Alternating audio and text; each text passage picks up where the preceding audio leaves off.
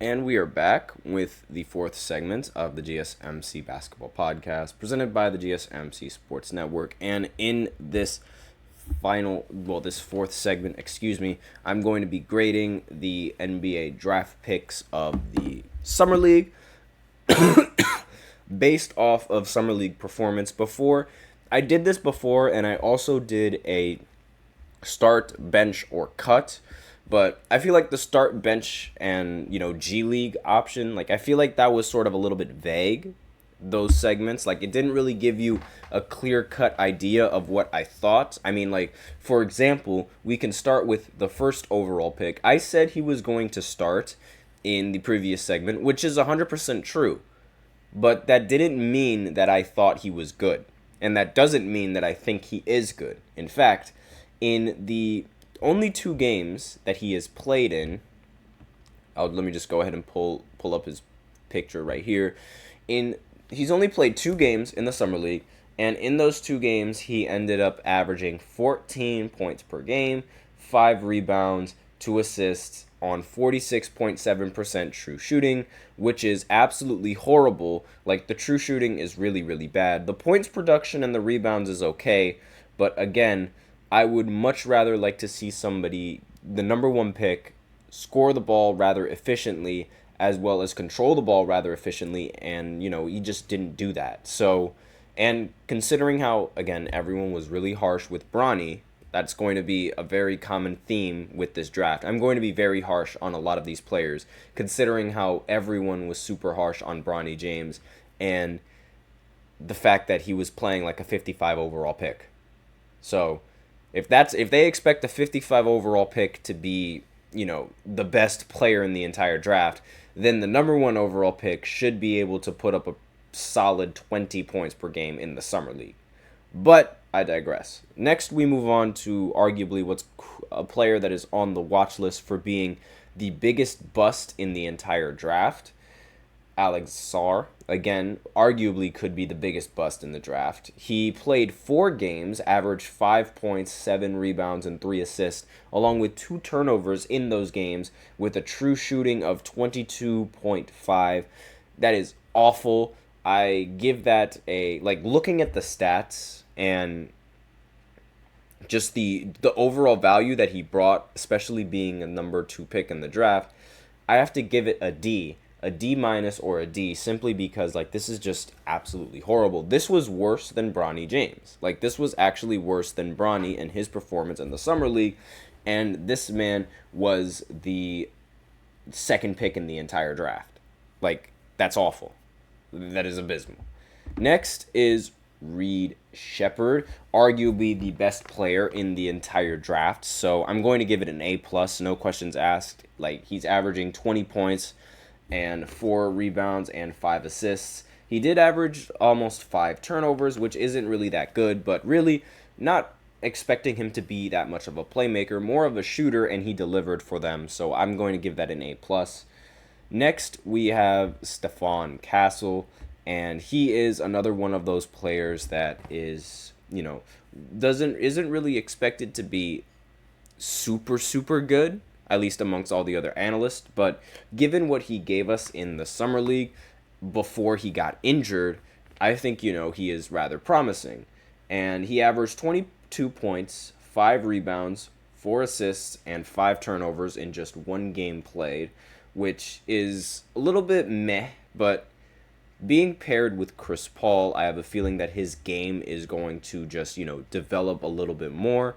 So I'm going to give this player a grade of a B-, simply because, while his play wasn't all that fantastic, he's still going to improve. He still has so much time to improve and just get better in this on this team, as well as, with this draft class. And, the draft class not being that competent in general also helps him and his rankings, because again, it's you got to take all the good that you can get from with this draft, because it is considered one of the weakest drafts in recent memory.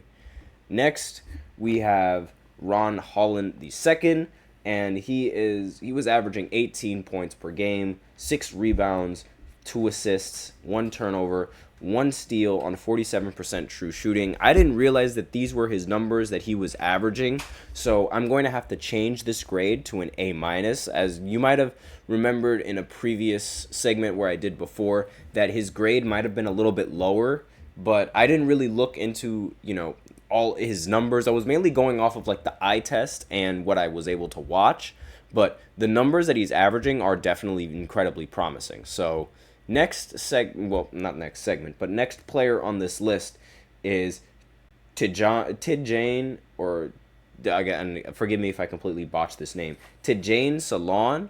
Again, this is one of those players that's drafted based off of, potential as opposed to actual talent in the league now. There's a fly in my way, but so based on the fact that he was drafted on potential, his performance in the summer league, it wasn't really all that impressive. 9 points, 7 rebounds, 0.3 assists, along with no steals and no blocks in 3 games played. But he is drafted and was drafted based off of potential. So I'm not going to give him a horrible grade just yet because it's not expected for him to be good right now. So I'm going to give it a C just because, again, not expecting for him to be good right now, but using that as your 7th pick, it's like a flip of a coin. So I'm just going to stay in the middle of that coin flip because I have no idea. Next is arguably one of the biggest steals in the entire draft, who is Donovan Clingan. And he played for the UConn Huskies, won 2 NCAA championships for them. He has played 4 games in the summer league, averaged 9 points, 12 rebounds, 2 assists, along with 4.3 blocks in those 4 games. So it's really like the defense that's really surprised me. And, while he was also drafted over Zach Edey, and he also averaged more blocks than Zach Edey. So that also really surprised me because, Zach Edey was supposed to be, he was expected to be one of these really good big men players and one of these dominant big men players. But now it really seems like Clingan could be a steal, even though he's most likely, like I mentioned before, he wasn't going to start. The only reason why I don't think he's starting is because DeAndre Ayton is on the team, and he's already had experience playing as a center, and I don't think you're going to start this rookie over someone like DeAndre Ayton, but that's just me. Excuse me.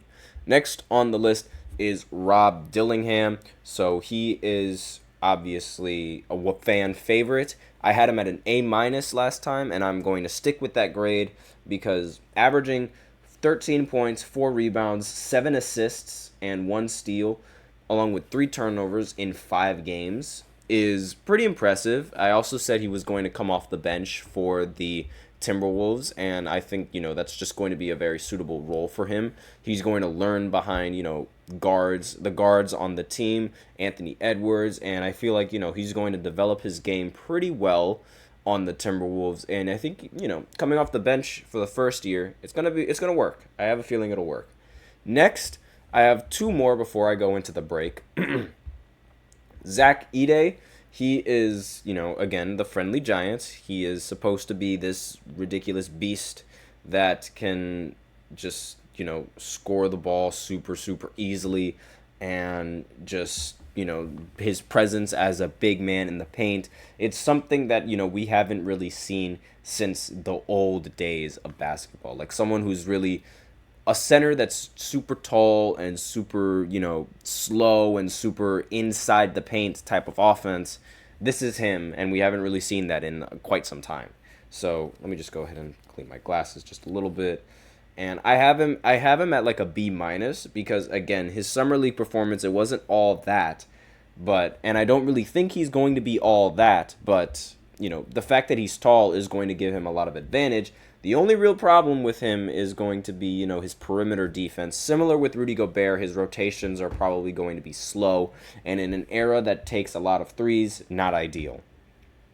Next, we have the forward Cody Williams. He ended up playing 4 games in the summer league, getting 15 points per game, 3 rebounds, 2 assists, along with a 65% true shooting, and he honestly, the fact that he's shooting super efficiently from the field, I'm going to have to give him a B plus. And with those stats, like I feel like a B plus is really, it's pretty good for the 10th overall pick in the entire draft. So that's all that I have for this, fourth segment. So now I will go ahead and go into the fifth segment where I continue this list with the rest of the 20 picks in the NBA draft. I'll try to speed through all of those picks, but I'm essentially going to go through the rest of the grades because I feel like that's a little bit more accurate of, how you guys should view these players a lot more than, whether or not they're going to start, whether or not they're going to bench, or whether or not they're going to get cut. That's just me, though. Let me know in the comments what you guys think of this list, and I'll be right back after this short break, so be sure to stay tuned and be ready for the second part of the segment in the fifth segment after this break. So I will be right back.